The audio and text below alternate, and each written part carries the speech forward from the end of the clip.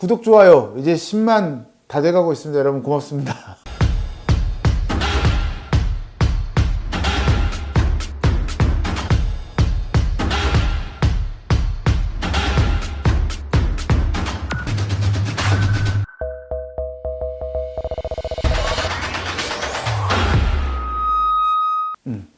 하나, 둘, 셋.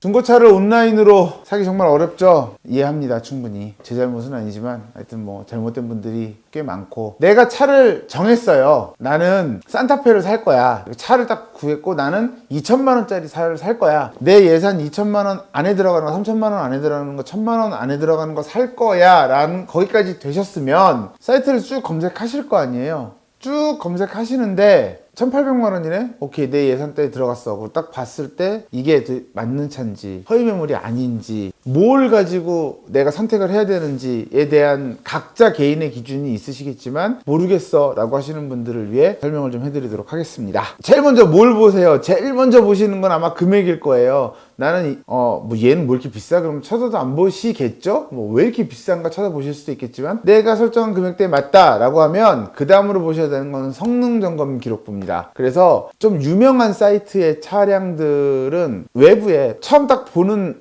메인 화면에 성능이 있는지 없는지도 표시가 돼요. SK 엔카가 됐던 뭐 이렇게 좀 유명한 사이트들은 이 메모리에는 성능이 지금 표시되어 있습니다 없습니다가 겉으로 표현되어 있는 것들이 있어요.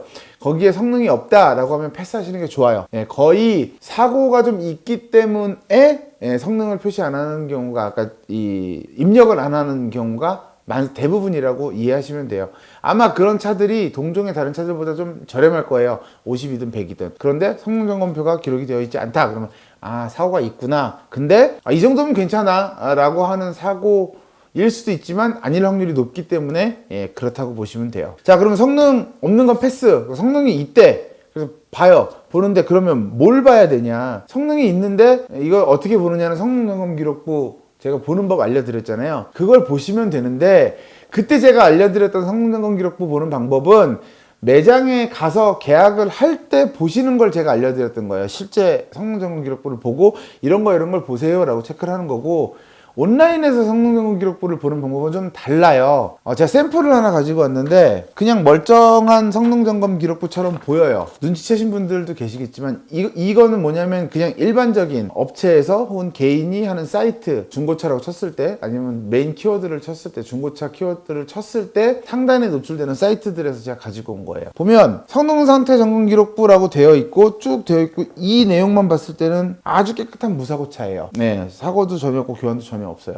근데 이게 조작된 거라고 보시면 돼요. 조작된 성능 점검 기록부다. 여기에 보시면 제일 첫 번째로 중고자동차 성능 상태 점검자와 상태 고지자가 없어요. 아랫부분에. 이러면 이거 좀 이상한데, 성능 받은 날짜도 없고, 제가 말씀드렸던 또 하나, 지금 이 차에 내용이 없잖아요. 조금 아시는 우리 중수 정도 되시는 분들은 딱 보면 아시겠지만, 대부분의 분들은 보시면 사고가 없구나, 성능 기록부 들어가 있구나 라고 하실 텐데, 지금 이거는 어떤 차의 성능 기록부인지 차량에 대한 정보가 아예 없어요. 원래는 이 부분에 이 차량 이름, 번호, 주행거리 뭐 이런 것들이 이 차에 정보가 나와야 되는데 이 정보가 없단 말이에요. 다른 차 걸 여기다 끌어다 쓴 거다라고 이해를 하시면 돼요. 근데 일반적인 사이트의 성능 상태 점검 기록과 대부분 이런 식으로 돼 있어요. 뭐 하는 데가? 허위를 하는 데가. 허위 메모를 들어가 보시면 대부분 성능 상태 점검 기록과 이런 식으로 표시가 되어 있어요. 그러니까 이거는 꼭 참고를 하시고, 사고 내역을 봤어요. 사고도 없고 금액도 마음에 들고, 그러면 컨택하면 되겠죠? 이거 하면 되겠다 라고 하시면 되는데, 사고가 있어요. 단순 교환이 있어요. 보니까 무사고기는 한데 뭐 교환 표시가 돼 있어. 그럼 어디가 교환됐는지를 봐야 되겠죠. 제가 사고차를 사라 라는 컨텐츠를 찻집 아저씨 편 보시면 아시겠지만 거기에 제가 좀 자세하게 말씀을 드렸는데, 그러니까 도어나 아니면 휀더나 아니면 후드, 본닛 교환돼도 크게 운행에 상관이 없어요. 그리고 옛날부터 제가 이거 이제 더벙커 할 때도 얘기를 했었는데, 3박자 사고라는 게 있어요.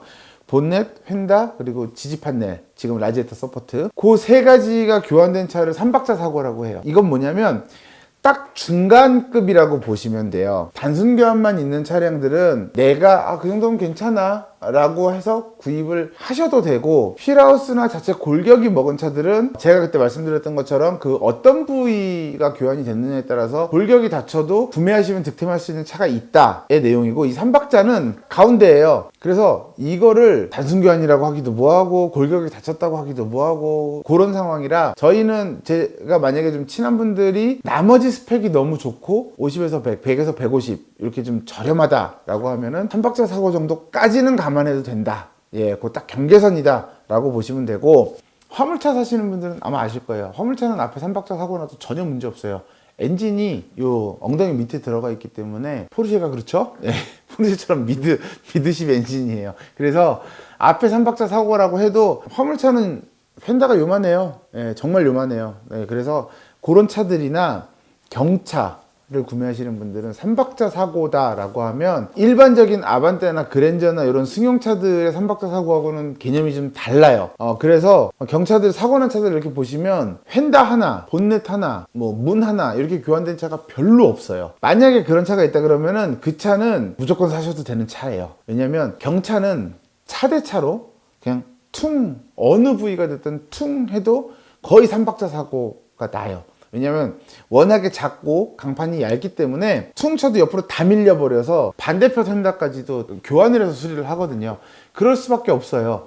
그래서 살짝 퉁 해도 3박자 사고가 난다, 경차들은. 그러니까 경차의 3박자 사고는 조금 다른 차들보다 무시해도 된댔어 라고 생각하셔도 되고, 만약에 휀다 하나만 뭐 교환이 됐다 이런 것들은 벽에 이렇게 쓸리거나 주차하다가 이렇게 다치거나 아니면 누가 못을 긁고 갔거나 단순하게 보기 싫어서 교환했다, 쿵 해서 했다고 하더라도 살짝 쿵 했지, 이게 좀 큰 데미지, 안쪽으로 먹어 들어갈 만한 데미지면은 반대편부터 심하게 다쳐요. 그러니까 경차를 구매하시는 분들은 3박자 사고까지는 조금 인정하셔도 된다. 그렇게 해서 성능지를 구분을 잘 해가면서 좀 예리하게 보시면서 차를 보시면 되고, 여기까지 좋았어, 성능도 다 좋고 좋아. 그럼 그 다음 뭘 보냐면, 다 보시겠지만 그분이 어떤 인사말을 썼고 어떤 내용의 어떤 본인의 이 차는 어떻습니다 라는 차량의 소개가 얼만큼 진정성 있고 성의 있어 보이느냐도 저는 개인적으로 중요하다고 생각을 합니다. 이 부분을 쉽게 생각하시는 분도 있고 그게 뭐가 중요해 라고 생각하시는 분도 계신데, 저도 사실 그 부분에 신경을 많이 써서 광고를 냈었거든요, 예전에. 그래서 손님들한테도 좋은 얘기도 많이 들었고, 그리고 뭐 제 개인적으로는 딜러 하시는 분들이 그런 데까지 신경을 잘 안 쓰시는데, 안 쓰시는 분들은 또 다른 부분도 신경을 안 쓰는 경향이 있어요. 좀 세심하지 못할 수 있다는 얘기죠. 그러니까 이건 제 개인적인 생각입니다. 그래서 웬만하면 제 경험상 그 차량 소개나 인사말 이런 것들도 뭔가 진정성 있게 잘 만드신 분, 그러면 한번 내가 연락해 봐야겠다 라고 하셔도 될 것 같습니다. 결론적으로 온라인에서 내가 사려고 하는 차가 세팅이 딱 됐을 때 이제 딱 들어가서 성능 점검표를 제대로 봐라. 내가 보고 있는 차량의 차량 번호와 이름과 그 스펙까지 다 제대로 싹 다 적혀져 있는 건지, 마지막에 이 상태 점검자랑 이런 어떤 이 상태를 점검하신 분, 그리고 고지해야 되는 분이 명확하게 고지가 되어 있는지 적혀 있는지를 또 확인을 하셔라. 그리고 인사말도 유심히 보셔라. 그리고 끝으로 온라인에서 차를 봤을 때 성능표가 있다? 그러면 그 안에 내용이 충실한가? 제가 알려드렸죠. 요런 식이면은 그냥 버리세요. 그 사이트 자체를 버리세요. 이런 쓰레기 같은 성능 점검표를 올리는 사이트는 절대 신뢰하시면 안 돼요. 1억짜리 차를 200만 원이라고 하는 곳이에요. 그러니까 그런데 과감하게 패스하시고, 사고가 있다 하더라도 어느 부위에 어떤 사고가 있는지 제가 그 사고차 이제 말씀드릴 때 그런 그 내용 참조하셔서 그렇게 판단하시고, 단 경차는 조금 다르다, 경차랑 화물차는 그 사고 기준이 좀 다르니 곧 참고하시고, 그리고 광고를 올린 딜러가 얼만큼 성의 있게 차량을 소개했고 본인을 소개했는지도 꼭 참고하셔라. 그리고 끝으로 지역을 참고하시는데 그런 내용도 좀 참고해 주시고, 그렇게 하시면 도움이 좀 되셨을까 모르겠습니다. 온라인에서 차량을 고르는 방법, 전 시간에 사이트 구분하는 법, 그리고 이번에는 차량 고르는 법 이렇게 알려드렸습니다. 다음에도 또 더 좋은 내용 가지고 찾아뵐 거예요. 제가 될 수 있으면 중고차 이야기도 계속 하면서 자동차에 관련된 전반적인 뭐 제품 리뷰라던가 차량 용품, 저는 그런 거 워낙 많이 써봤으니까 그런 리뷰라던가 아니면 다른 정보들도 좀 드리려는 준비를 하고 있으니까요. 찻집 아저씨 구독, 좋아요 좀 해주세요. 부탁드립니다.